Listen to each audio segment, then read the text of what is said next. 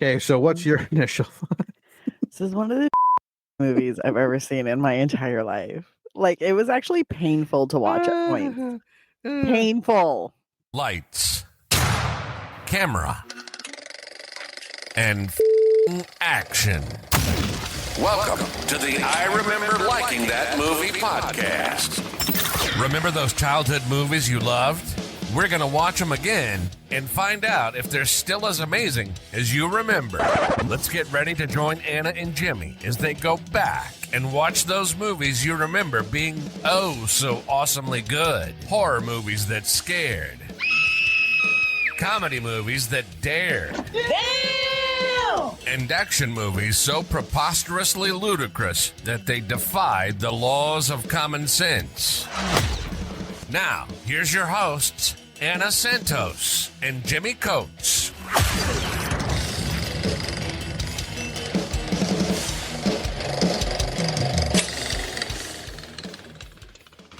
Maybe I'll go sit in my dad's car. Yeah, do it from your phone. That'd be cool. Yeah. Just sitting in the car. Yeah, I could bring the laptop out, and I'm sure. Yeah, have enough power for that. Yeah. All right. All right. Welcome to the I Remember Liking That Movie podcast. This is our first drive-in of August, the long weekend, civic long weekend. Yes. In Canada and in the United States, we don't get one. Yay! Sucks to be you. And well, last week we did Children of the Corn, which was Anna's pick. So I'm sorry. We're doing my pick. And today we are doing One Crazy Summer as feature number 1. Interesting. 1986. What do you remember? This is directed by Savage Steve Holland. That's his actual legal name. I'm sure it wasn't his birth name. No, you never know. You never know. Savage Steve Holland is such a laid back, really cool guy. Like when you see him doing stuff or like when he's giving interviews and stuff, he's really a nice guy, and he's very talkative about his movies. Little backstory. I don't know if you know this, but they also did a movie together called Better Off Dead. Another great movie with John Cusack, and Savage Steve Holland directed it. Mm-hmm. And have you seen Better Off Dead? I think so. This one where Booger's in it. Yes. Yeah, and he loses his girlfriend to the ski captain, and it's this big race down the hill. That's where the Japanese guys always try to race him at the lights. And yes. I love Better Off Dead. So Better Off Dead is a very iconic, funny 80s movie as well. That was in the recesses of my mind. Yeah, but John Cusack believed that Better Off Dead was going to be much darker and more grittier. And Savage Steve Holland made it a goofy 80s movie. John Cusack was so pissed that he would not do any promotional for it, but he already signed a contract to do another movie, One Crazy Summer. And apparently he barely would talk to the director through the entire film. He would send notes. And you're under contract and you don't want to be known as that guy, and you're pretty young. So you still give it all in front of the camera, because John Cusack in this movie looks like he is having a ball. Yeah. From what I can remember. I have not seen this movie in a long time. I barely okay, I'm going to say this right now. One Crazy Summer, I'm like, that sounds familiar. Then I started looking at the stills from it, because I was like, I don't think I've seen this movie. Then I started looking at the stills and I'm like, wait, I think I have seen it. It's literally buried so far deep in my brain. It's starting to fight its way to the top, but I'm like, that looks familiar. That looks familiar. That looks familiar. I'm pretty sure I've seen this movie, but I can't be 100% sure. It stars John Cusack, Demi Moore, Linda Warren, Joel Murray, which these are all people, and Bobcat Goldthwait, Tom Villard, Curtis Armstrong, who's a very good friend of the director, who played Booger, and he was in Better Off Dead. Laura Waterbird. I'm saying some names that you probably, John Matuzak. These are all people you will, when you're going, if you've watched a lot of 80s movies, early 90s movies, you're like, oh shit, that guy, that girl. Yeah. A lot of those people. But of course, John Cusack and Demi Moore, Bobcat Goldthwait are the three main ones. And then the other guy, I believe, is the neighbor of Tom Hanks in The Burbs. He's that guy too. You'll know his face. Demi Moore's done a couple of good movies. John Cusack's done a couple of good movies. Just a couple. Just a couple. Just a few. Yeah, so it was written by this savage Steve Holland. And he was written and directed by him, and he wrote and directed Better Off Dead. Some of the other stuff this guy has done, I didn't think he did. I thought he kind of got lost, but apparently he really got into TV. But Better Off Dead was his first movie. And then it was One Crazy Summer. Then The New Adventures of Beans Baxter was a TV show. He did an episode of Bill and Ted's Excellent Adventure, the TV series. Eek the Cat. Sounds familiar. He was a writer on Eek the Cat. Hold on one second.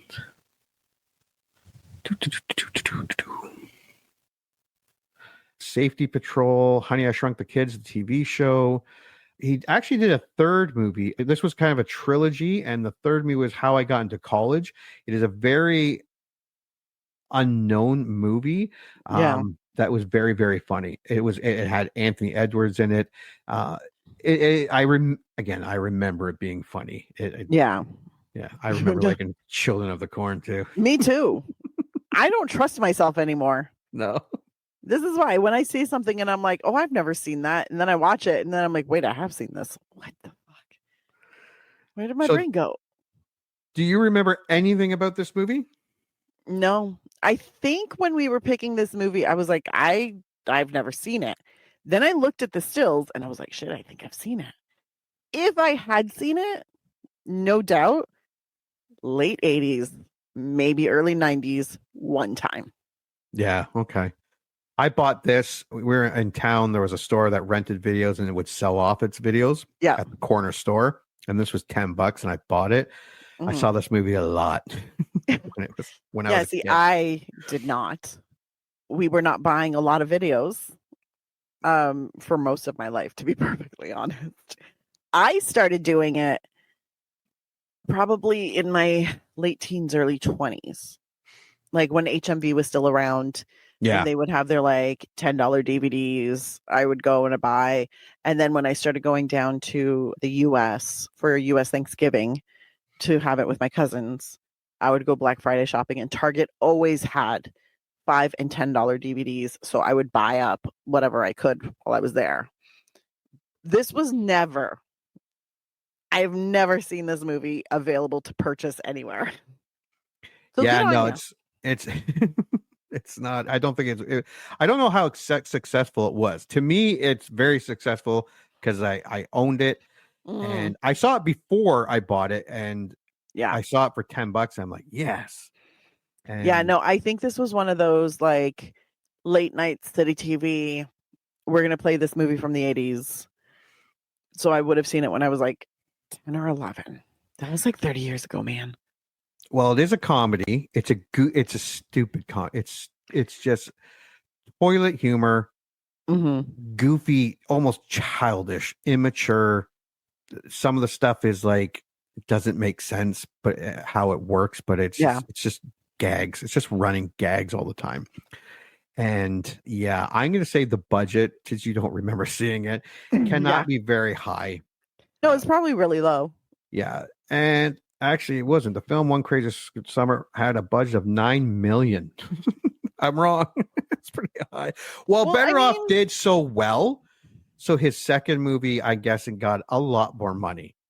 But I mean, also, if you're looking at Demi Moore, 1986. They're still kind of you're paying decent money. I think them. Bobcat Goldthwait would have been the bigger name in this movie. But also, if they were filming on location. Yes, and it is a summer movie. It is a summer town, and there's boats. See, that's where the money went. Yeah. That's where the money went. Yeah. Because all of a sudden they need cranes and And dollies and all producers can kinds be of. pretty creative when it comes to hiding money and taking money. I mean, valid. All right, so let us take a look at. I gotta figure out what I'm doing here. Share the screen. Share the screen. Oh, did you go see your I Know What You Did Last Summer? No, I didn't. The week got away from me, and then before I knew it, it was Friday morning, and I was like, man, I'm not gonna be able to get it in tonight. So hopefully next week. One Crazy Summer, 13 million. That's not overly, because it probably made a little money. Yeah, but not a lot. But not a lot. No. But at least you probably didn't go into the red. Yeah. And it opened on August 8th. You should have opened it at the end of June if you could have. Mm-hmm. And it opened in 4th place. It opened up. Here we go. Behind Aliens. Done. In its 4th week, still at number 1. The Karate Kid Part 2 in its 8th week at number 2. Friday 13th Part 6, Jason Lives in its 2nd week at number 3. Then One Crazy Summer. Behind Top Gun, Ruthless People, Nothing in Common. That's the Tom Hanks and Jackie Gleason one, I think. Howard Duck. It did beat A Fine Mess. I don't know that movie. I don't know that one. No. An actor and a chef fathom a plot to fix a horse race and attempt at capitalizing it while striving to tackle 2 of the hitmen responsible for the scheme. That's an 80s movie. Who the fuck thought of that? Who greenlit that? Heartburn and Flight of the Navigator, Back to School, About Last Night. Yeah. Transformers, the cartoon movie. Ferris Bueller's Day Off, Running Scared, Legal Eagles, Stand By Me. Yeah, Aliens, Karate Kid 2, Jason. Yeah, it's apparently 1986 was a really good year for movies. Yeah, that would have been great. Right? And especially August, like most people's summer camps are done. They're starting to get ready for school. So what do? You go to the movies. And then it dropped off from 9th. Oh, The Fly with what's his name? So good. Armed and Dangerous with John Candy was open. And it dropped down to 9th place. Then it dropped out to 14th place. The only new movie that week was Texas Chainsaw Massacre 2. Which we didn't hate. No, we didn't. No, we didn't hate it. It was something. It was ridiculous. Yeah, it was an experience for sure. Oh my God, was it an experience? But still, we didn't hate it. All right, let's take a look at the poster for One Crazy Summer. There it is. Giant Sun. For those listening, John Cusack, Demi Moore, Bobcat Goldthwait, One Crazy Summer, A Giant Sun. I cannot read that. Hold on. Oh, ready? They're the last. They're the last bunch in the world you'd expect to win anything, but with this crowd, anything can happen. The fuck is that? Who wrote that? Somebody's grandmother? Yeah. And then it has a sun with the actual sun with sunglasses smiling meanly at all the characters on a dock. And yeah, I like the movie. I remember liking the movie, so I do like the poster. If you don't like the movie, you will not probably like the poster. Probably a trigger. I mean, look, I don't remember hating it, which is good. Because normally, if I've only watched a movie once, if I liked it, I might not remember the movie, but I know I've seen it. So I'm like, okay, yeah, whatever. But if I watch a movie once and I absolutely hated it, I remember so much about it. So the fact that I'm like looking at the stills and I'm like, wait, all of this looks really, really familiar. I think I have seen this. It seems like I either liked it or I'm neutral on it. Now the fun happens where I'm like, did I like it? Or did I just think, meh, it's all right? Yeah. All right.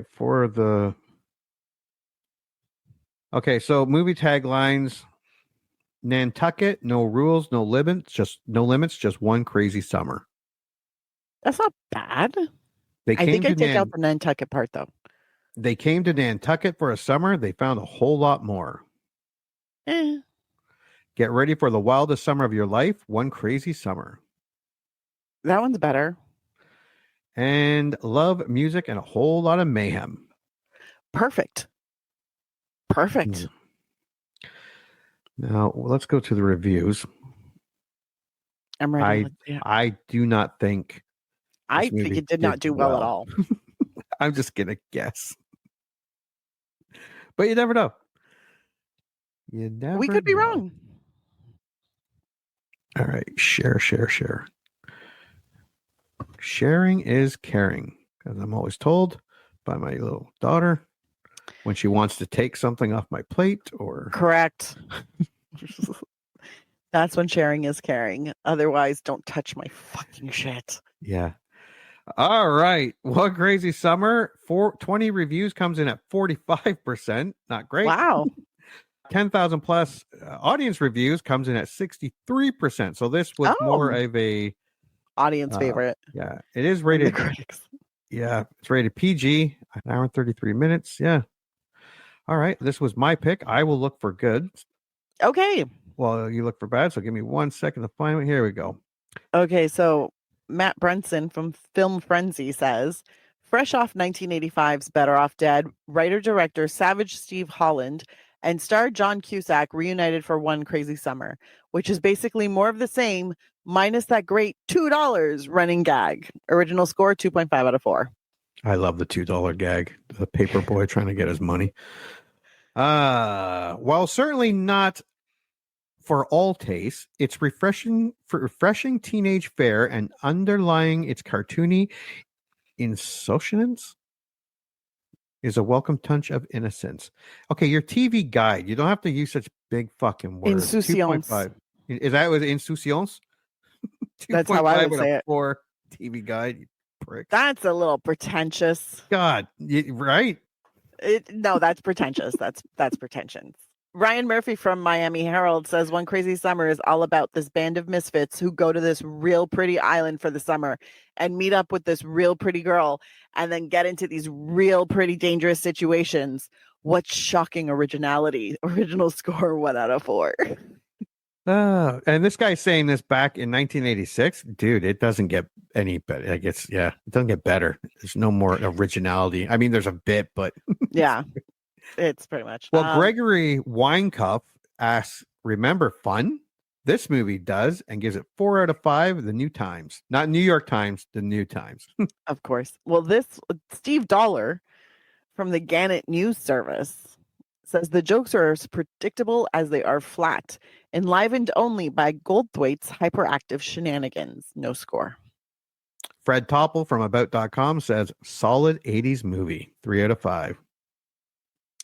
Jeffrey M. Anderson from Combustible Celluloid says some of the early imagery seems to suggest that anything is possible in this crazy, in quotes, universe, but the wrap-up is just so aggravatingly bland. No score.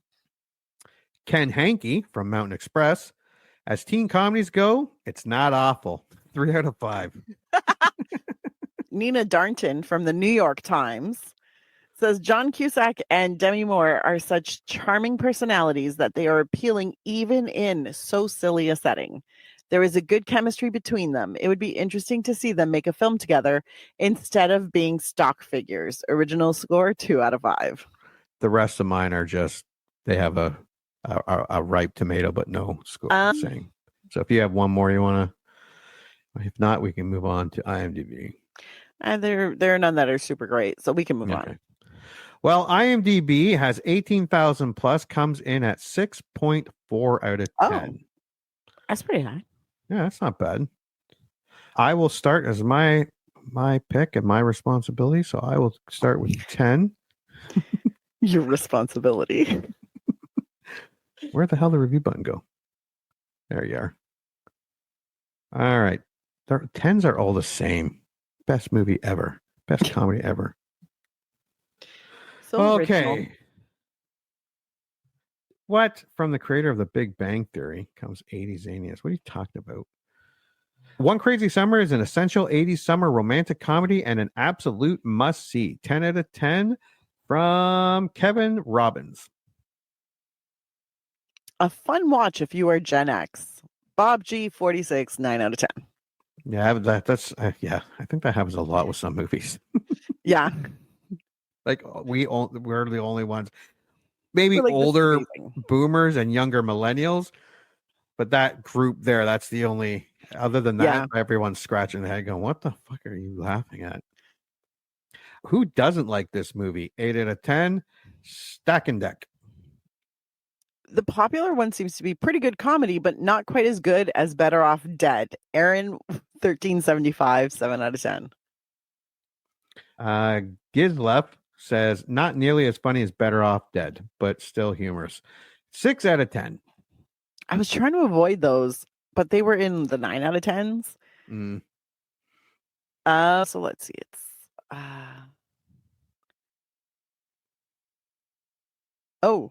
crazy but forgettable. Fat Cat 73450, 5 out of 10. Almost not that bad. Captain Hamshock, 4 out of 10. There are no 3s. Oh, there's 2s. This movie is Better Off Dead. You're not even using the same movie. Yeah, well, the one that you wanted, 2 out of 10. Nice. One Crazy Summer, Bring on the Winter.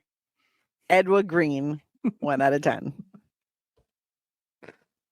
All right. I think we have gone through everything.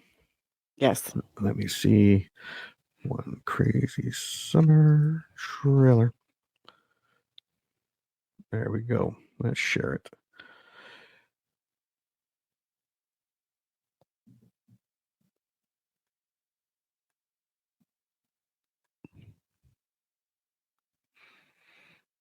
Or not. It takes a few minutes. The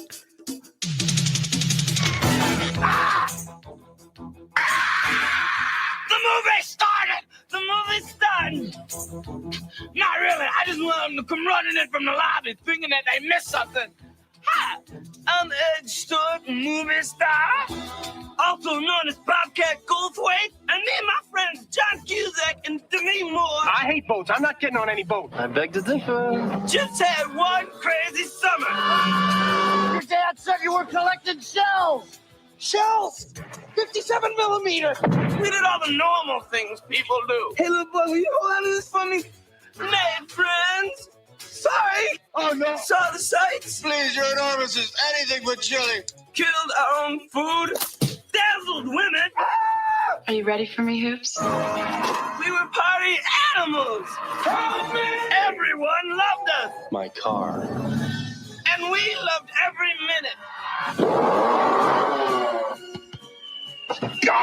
By the end of the summer, I felt that grown a lot personally. I felt a little bit better about who I was and where I was going. Okay, let's move it out. Here we go. Wave. It really was one crazy summer. Yay! All that work for that. That was so sad. That's right. This movie, actually, I forgot all about that. It ends with a boat race. We've had a couple now with summer vacation. Summer movies love a good boat race. Yeah, something about it. So I think it's the same idea. It's a sailing one and stuff. Yeah, and they have to wait. They can only use their engine. Yeah. I think I'm still gonna like it. I remember it was dumb when I watched it, but it was stupid. It was supposed to be dumb. I know I'm gonna find it stupid, but I'm really hoping it's so stupid I laugh.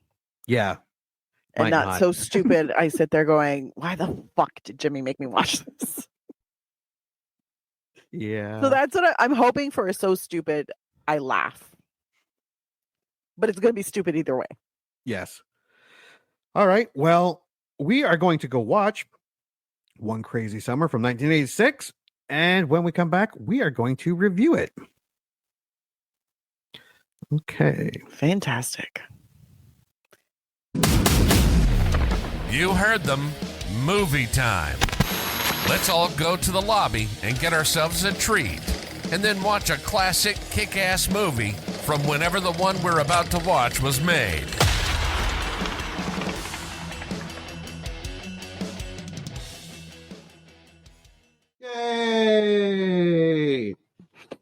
Did you watch 1986's One Crazy Summer?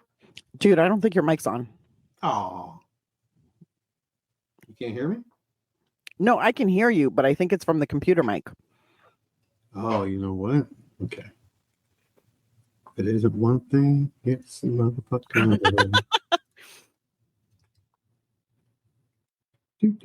do.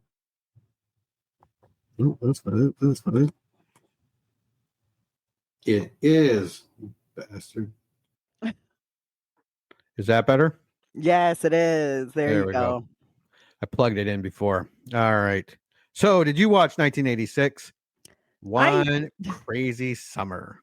I did indeed. Okay, so what's your initial thought? This is one of the shittiest movies I've ever seen in my entire life. Like, it was actually painful to watch at points. Painful. Yeah, it wasn't as fun as I remember. No, there was fun in this movie. What? Yeah. I will say that actually the people I enjoyed the most in the movie was not John Cusack and Demi Moore. Oh God, no. I liked Teddy, the boyfriend. Yeah. And I liked Bobcat Goldthwait. I mean, he was all right. I liked it when they're like, hey, let's help out these girls bring their boat to the thing. And they're like, no, that sounds like work. We don't want to do that. He's like, hey, you have any more chores you want to do for us? Maybe like mow your lawn, paint your house. There were some moments where I was like, oh. And that was pretty much it. I was like, oh. Yeah, this was not the movie I remember. No. And now I know why I only watched it once. Oh, yeah. If this is not, because we saw that in the reviews, where everyone say this is not Better Off Dead. This is not Better Off Dead. This really is not Better Off. Better Off Dead. Now, again, I have not seen Better Off Dead in a long time. So valid. That'll probably be one of my January picks because it has skiing in it. But yeah, yeah, no, this entire thing was just a hot mess. Like this movie was a hot mess. The timeline didn't make sense. The timeline didn't make sense. Like at all. Any of the setup of this movie didn't make sense. No. Like there was nothing to make sense of. And then there was a bunch of stuff that were put in just for gags. Yes. But they weren't even funny. No, they weren't. This like the grandma dropping a tab on the table. And I was like, that's not funny. That's just weird. I like the Godzilla part. Godzilla part was funny. Yeah. I like that part. There were a couple parts that were like funny. There were moments. My 7-year-old had a ball. Of course she did. Because it was all like the car accidents, the people falling into the water and stuff like that. Yeah. No, this was, and I don't even think this was like, oh, a bunch of it ended up on the editing floor. I'm pretty sure they just did not shoot anything really. They wanted this movie. Yeah. Yeah. This is I have a feeling during filming, they were like, let's add a scene. Yeah. Hey, let's do this. This should be funny. Yeah. And then it wasn't. Yeah. Yeah. But yeah, Teddy, I like the boyfriend. He was funny. He was funny, but it was so funny because I was sitting there and I was like, I fucking know you. And I'm trying to figure out where I know you from. But because in the movie he has blonde hair, I didn't really recognize him. Then I looked him up and I was like, it's you. Guy I've seen in movies. Matt Mulhern. He's been in movies and TV shows my entire life. I have seen him. He's one of those. Everything. And I was like, I know your face. I don't know where the fuck I know it from. But now I do. And I'm very happy. Yeah, because and I also said that Joel Murray, who plays George. Yes. I said he was the guy in the Burbs. Wrong guy. Joe Murray, he actually appeared in he had a running part in Mad Men. He struck it with Dharma and Greg. He was a regular. Yeah, he was Greg's best friend. Yeah, he's done a lot of stuff. This was his first movie, but he's not the guy from the Burbs. Yeah, it's just the storyline was weak. Yeah, you had talented people. Oh my God, I mean Demi Moore and John Cusack alone, but you had other talented people. Yeah, this was just not. I Good. think because it was so quick, Better Off Dead was so well received and made decent money that they said, we want another movie. And I think instead of like taking the time, because he did this like the next year. It was Better Off Dead 85. This was so it was probably only a couple months, and this is what they came up with. Also, I fucking hated the animation. Oh, the bunny thing. Yeah. And I remember Better Off Dead has animation. Yeah. I was like, there's no fucking point. No. This I hate. Well, they're because he's like an artist and all that, but they don't say what happens with it. Did he make it to school? Did he? Nobody knows. Nobody knows. Did he stay on the island with Demi Moore running an old age home? This is supposed to be an assignment about a love story in cartoon form. Yeah. And he doesn't know how to do that with a rhinoceros and some bunnies. And I'm saying, look, if that's what you're looking for romance, it's probably not gonna help. And he's like, I've never been in love. How would I know? Like, you've never watched a rom-com? Yeah. Never? Yeah. Even so back in 1986. Weird. Yeah, no, this was yeah. All right, well, let's go over it. Yeah, let's do that. Actually, the plot's pretty in detail here. I didn't even know what kind of home she was trying to save. It was, as far as I knew, it was just a house that a bunch of people lived in. Like an Airbnb? Was it an old age home? Was it? I think it was a boarding house kind of vibe. A boarding house? Maybe just a bunch of old people living as roommates. I don't know. We don't ever see anybody who lives there. No. Okay, Hoops McCann, a recent high school graduate, fails to get a basketball scholarship. And disappointing his parents. Yeah, he's not even good at it. Like, I don't even know why it's a thing. Why did everybody expect him to get a basketball scholarship if he sucks at it? Yeah, he sucks so bad. And they go out of the way to show you that how sucky he is. Yeah, every chance he gets, he throws something into some sort of round receptacle and misses every chance. And I'm like, Jesus Christ. And that's when I figured out eventually that was supposed to be a joke. The fact that he's called Hoops. Yeah. And he get the basketball and he can't play basketball. It took me forever because that's how long the joke went on for. Oh, yeah. Oh, it went through the whole thing. Yeah. But it's funny because I figured it out before basically the punchline of the joke happens in the movie. Yeah. We all knew before that. Yeah. So it's not as funny. No. Yeah, but that's okay. He hopes to be admitted to the Rhode Island School of Design and must write and illustrate a love story for his application. This never comes to fruition. We never see if he actually makes it. We don't see if he finishes.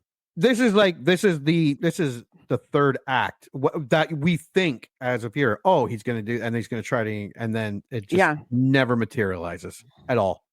That's just an excuse to have cartoons. Yeah. And I hate it when people do. He joins his friends, siblings, George and Squid Calamari, to spend the summer on the island of Nantucket, Massachusetts. En route, they pick up a young rock singer named Cassandra Eldridge, who is pursued by a motorcycle gang at the time. Motorcycle gang stretching. One of them is wearing plaid pants. He's got a pink wig on. Or green? It's a pink or green? It was purple. Purple. It was purple and very fine. A few months ago, I guess now, a couple months ago, I was up in Cambridge, and apparently my friend's brother gathers bikers. I'm trying to figure out I think it's for a charity run, but they do this bike rally for charity. Like, they raise some money. It's great. And they give it. And the culmination point was at my friend's cottage. So we had probably about 50, 75 bikers. Yeah. Maybe a little bit more. They look like this biker gang? None of them look like this biker gang. None of them. And some of them were dressed a little more casually, sweatpants, a hoodie. Some were very typically, like, stereotypically biker. Yeah. With leather and jeans and, that. But none of them were wearing a purple wig. No, this was the unscariest biker gang you'd ever see. Like, one of them looked like he came off of the set of Caddyshack. I was like, what the fuck? Like, if they tried to intimidate you, just like I'd laugh. You guys are silly. Once on the island, Hoops and George, along with twin brothers Egg and Clay Stork and outcast Ak Raymond, must help Cassandra save her grandfather's house from the greedy Beckerstead family, led by the callous Aguila. Whatever. Along the way, Hoops must find a way to write his cartoon love story. They didn't even really give you a lot of. You just need a few minutes, like a backstory of what they're trying to do and what they're trying to build, and they had bits of it, but it wasn't very cohesive. It feels like they cobbled together 6 different movies into this one, and just kind of hoped it would kind of make sense at some point. Yeah. Hoops runs afoul of Teddy Beckerstead and his neglected girlfriend, Cookie. I did like when the car pulls up and Hoop kind of backs up and he goes down and bends down with him. He's like, "You touched my car." He's like, "What?" And they just start screaming at him. I like Teddy. I would have rather seen Teddy because he's a lunatic. See, if there was a movie about showing up Teddy, that had nothing to do with an old folks' home on a beach, or nothing to do, maybe the dad is a super unscrupulous developer, sure, but none of the other stuff, I would have been down for this movie. Yeah, see, Better Off Dead is he had a girlfriend, he loses his girlfriend to the captain of the ski team. So the whole point of the movie is for him to get better at skiing, to beat that guy at the end of the movie. That's the whole movie. There is a subplot of the foreign exchange girl that he falls in love with, and then comedy stuff in between. But the whole focus of this movie is he is going to beat that ski captain and win back his girlfriend. Correct. Perfect. If this had been sailing, and that was the main point of this movie, to beat Teddy. Yeah. I don't know, to save something, to win something, to impress Cookie. But Cookie was just like, I'm going to go wherever with whoever. Cookie was a bit of a whore. She a very attractive whore, though. First of all. And what an appetite. My God. I don't think she actually explicitly received money for sex, so we can't call her a whore.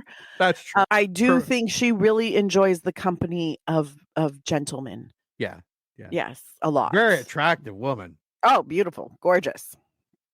And I just don't think she's that selective about who she spends her time with. No, just as long as someone's spending it with her. Yeah. She's like, you have a penis? Great. Let's hang out. Let's go to a movie, a double feature. Yeah. She secretly offers Hoops a date, and he is persuaded to go with her, even though he had promised to appear at Cassandra's first musical performance, which turns out to be a sparsely attended event.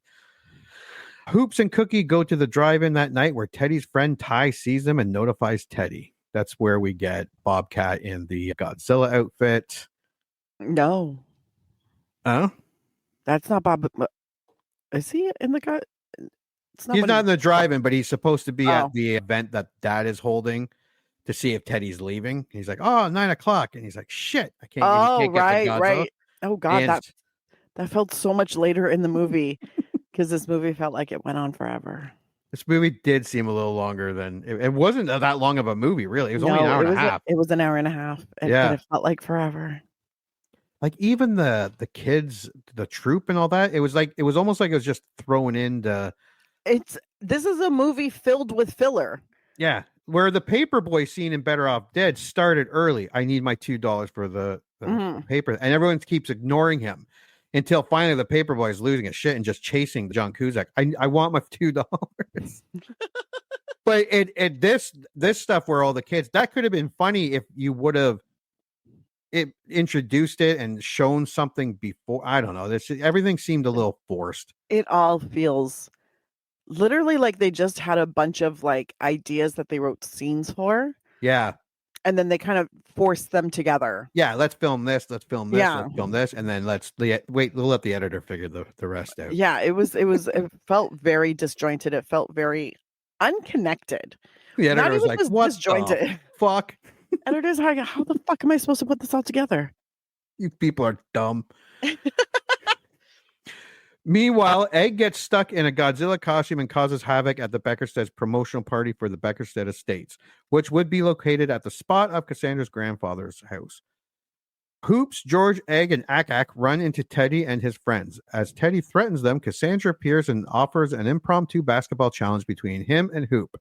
Teddy dominates and Hoop fails.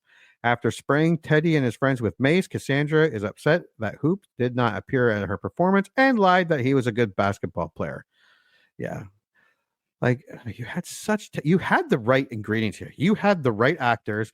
You had the right idea of being on this island for the summer.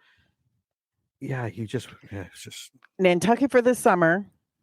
You meet a wonderful, beautiful musician who's running from a biker gang, not running from. She could have just been coming home to visit her grandfather. And then you clash with Teddy. The girlfriend doesn't help. Cookie's all up in your cookie. It's all bad. And then you end up in a fight with Teddy where you challenge him at the regatta and you get in there and then you sail the crap out of it. You win and then everybody's happy. This is all you needed. Yeah. Like even Summer Rental did a better idea. At least they had John Candy like sailing and then just wanted to start sailing with his new buddies. And then that led to although One Crazy Summer's actual sailing scenes looked better than 100% Summer Rental one. But yeah, really Summer Rental did a way better job at leading up to it. This was just, I have an idea. Me too. Let's put them all in. In an effort to make it up to her, Hoops and his friends promote her next performance, which turns out to be a big success, and Cassandra forgives him. However, Aguila immediately forecloses on the house before it can be saved. This seemed a bit where the bank is like, she's like, you said I had until today. He's like, we sold the bar. He's got a lot of money. Yeah, he's got a lot of money, so he can do what he wants. Like, don't get me wrong, that happens in small towns. Yeah. It does, where they're like, the bank's like, well, but he offered me the money about your mortgage. Yeah. I know I told you had until next week, but oops. And you can sue, but usually the people who are behind on their mortgage so much that the house is pretty much going into foreclosure, they don't have the money to sue. Yeah. And this was like, and you usually that does happen, but you're probably looking at tens of thousands, if not $100,000. This was $3,000. Well, no, that wouldn't have paid off the debt, but he's like, if you give me $3,000 by Friday, that would catch you up to the we'll keep working with you, but you got to pay that much. Yeah. It was like, how cheap was the mortgage? That's what I'm wondering. Ak proposes they take part in the local regatta, despite Hoop's fear of the water, and they find and renovate an old boat to use. Yep, they did. The regatta start, and then we got our montage. Yeah, there are many montages in this. There's a few. Yeah. And then we're missing the part where George gets stuck. They bury him in the sand. They leave him, and that big guy comes and just eats an industrial-sized can of chili con carne, and then apparently farts him so bad. Farts George into a coma. Where the paramedics refuse to give him mouth-to-mouth. Yeah, and then I think it turns into, or at least they were trying to turn it into a gag. Yeah. Where they have to, so it happens again in the movie. Yes. But I'm like, sirs, y'all missed the mark. I did like Bobcat giving the kite to that little kid, and the little kid just flies away. That was funny. There were a couple little funny parts in it. There were, but not it enough. wasn't. No, there was not. Yeah. The regatta starts with the teams using paddles, then changing to sails, and then finally motors. Teddy's team recklessly injures a member of one team, and Ak jumps into the water to save him. Not before the dad shows up from the bottom of the boat and starts shooting arrows at the other. Super fucking weird. I was like, what the fuck? Like all of a sudden he's like bobbing up, and he's like, you got to stop them. And I was like, oh, look at that. How convenient. The one time Hoops needs to make a shot, he does. Yeah. And that was one hell of a shot. God damn. He can't get it when he's standing 2 feet away from what's his name with his things in a hoop in a round shape. Yeah.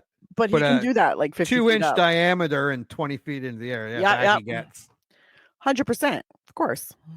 Aguila, having stowed away in Teddy's boat, sabotages Hoop's sail with his crossbow to repair the mast. Hoop successfully shoots the new guy line into the mast, and they continue onward.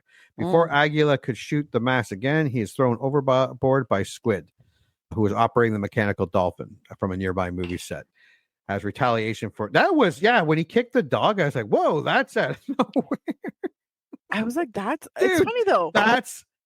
He kicks the dog. His son Teddy beats the crap out of Clay Stork, one of the twins.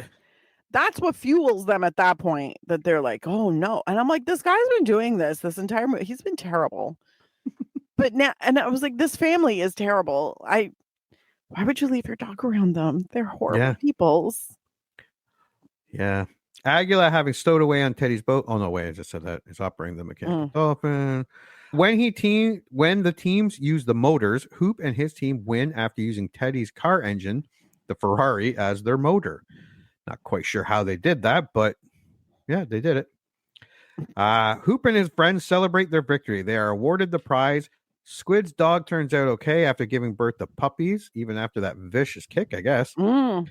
George hooks up with Cookie, and Akak wins Stern's father's approval. Oh, his Stern father's approval for his heroics. Despite winning, Hoops offers the trophy to Teddy if he spares Cassandra's house, but Teddy immediately backs out of his promise.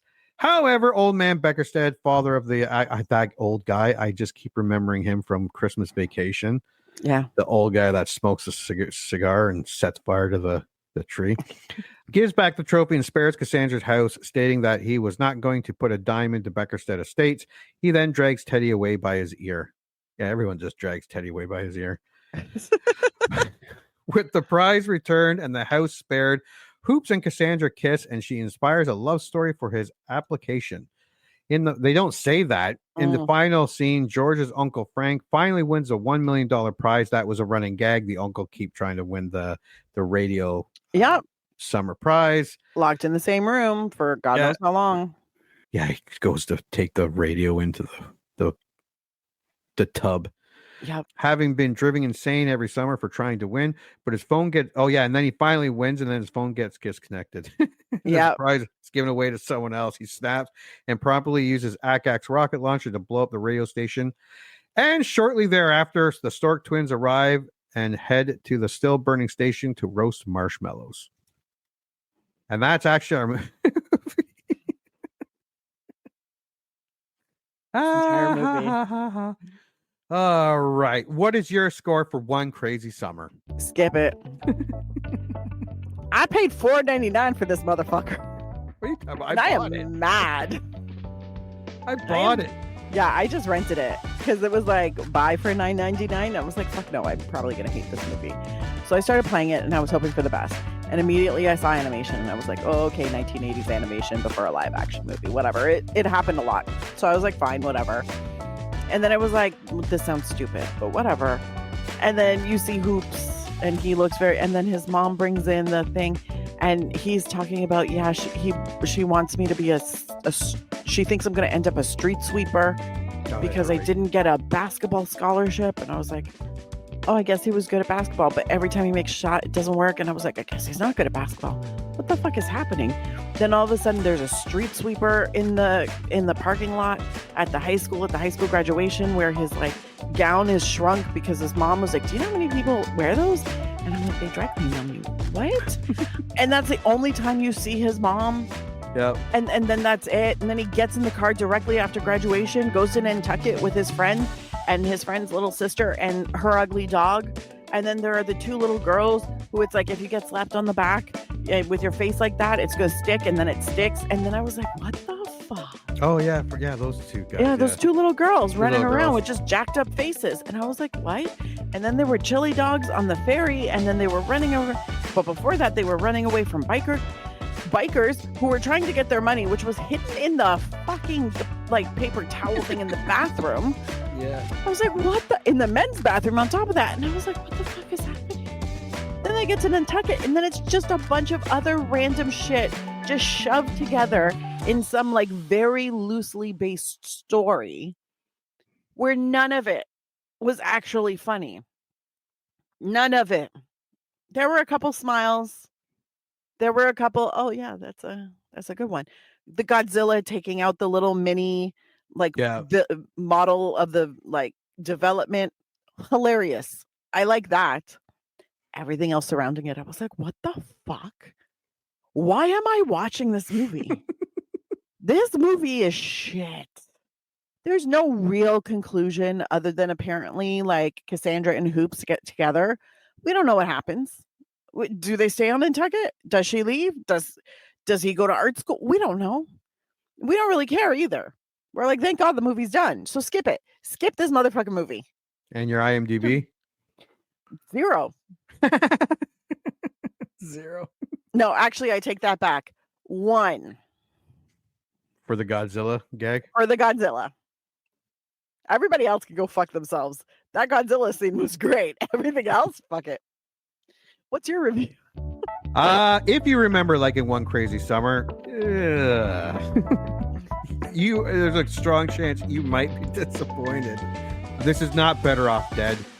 This is, it had great actors. It had a great location.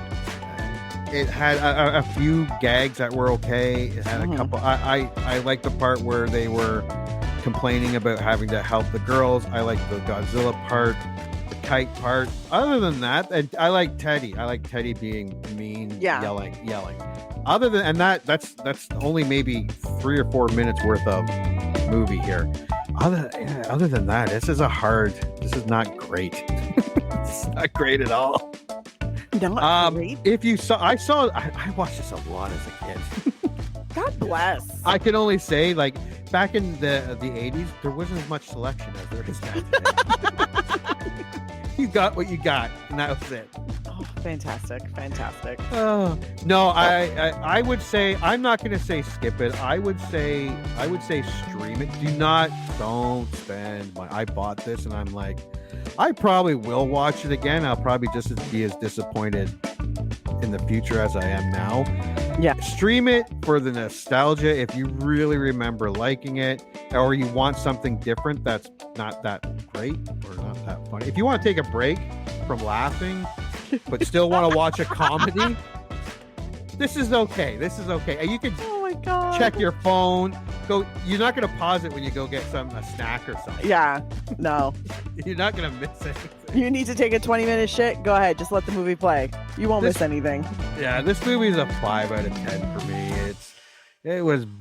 It's borderline okay. But for me, it's nostalgia. That's just barely. Yeah, I'm a little mad I bought it. Because I don't know if I'll watch it again. I was disappointed. Yeah, I'm very, very closely leaning to skip it. Like, if you remember liking it, you might want to just skip it and keep that memory, because all you're remembering is the Godzilla part, the bad guy, and a couple other funny parts that you remember. And then you're like, well, what else happened in this movie? Keep your memory, dude. Don't watch the movie. Don't ruin it. Maybe a 4 out of 10. Yeah, this was very, very disappointing. Like, I'd watch Summer Rental 5 times before I watched this again. 100%. I'm with you on that. If someone put a gun to my head and said, okay, Summer Rental or One Crazy Summer, I'd be like, Summer Rental, put it on repeat. Let's go. Yeah. Mind you, I also, for this podcast, I panned White Out. I was like, this is still a shitty movie. I panned it, but because I had bought it. Oh, you watched it again? I watched it the other day. And I was like, yeah, no, it's still shitty, but it's comforting in its shittiness. Yeah. It's like, I don't know if we hated Weekend at Bernie's. We hated Weekend at Bernie's. Did we? And then I saw a preview on it on somewhere, and I'm like, maybe I should watch Weekend at Bernie's. There are some movies where even if you don't like them, you're still like, I'd watch it again. This is not one of those movies for me. No. I'd go back to like Weekend at Bernie's, probably White Out. There's a couple other, Leprechaun. Yeah. I would watch Steel Dawn before this. Ooh, Steel Dawn. Because at least Steel Dawn had one very clear plot. Yes. It was a shitty movie. And it was very fun to make fun of. It made sense. Yeah. Terrible movie, but it made sense. This is a hot mess confusion. Like, there's no reason for it. Yeah, this was coming off a great movie that I remember. Yeah. And this was rushed. Yeah. And Demi Moore signed on because, Better Off Dead was great. This guy, it's going to be awesome. Yeah. God bless. So yeah, I'm kind of like, stream it if you absolutely have to. Yeah.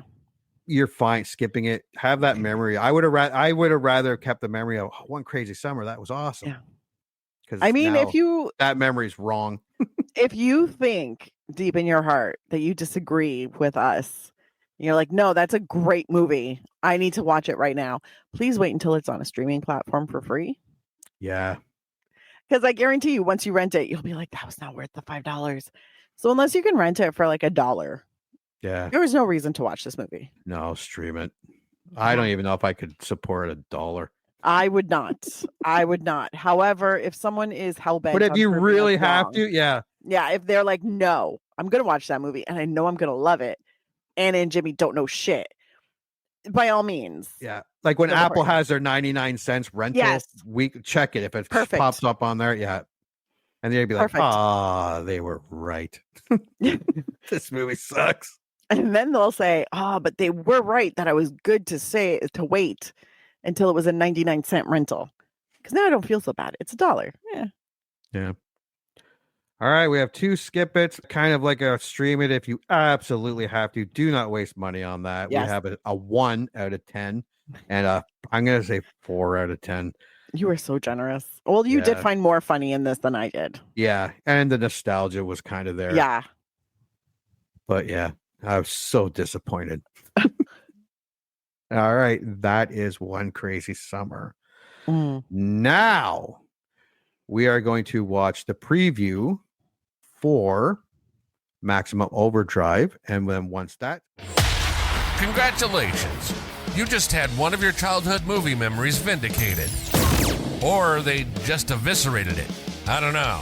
This is a generic one-size-fits-all type of ending to the podcast. So thank you for listening, and please join Anna and Jimmy next time for another episode of the I Remember Liking That Movie podcast. If you dare to go back and watch that movie you remember liking,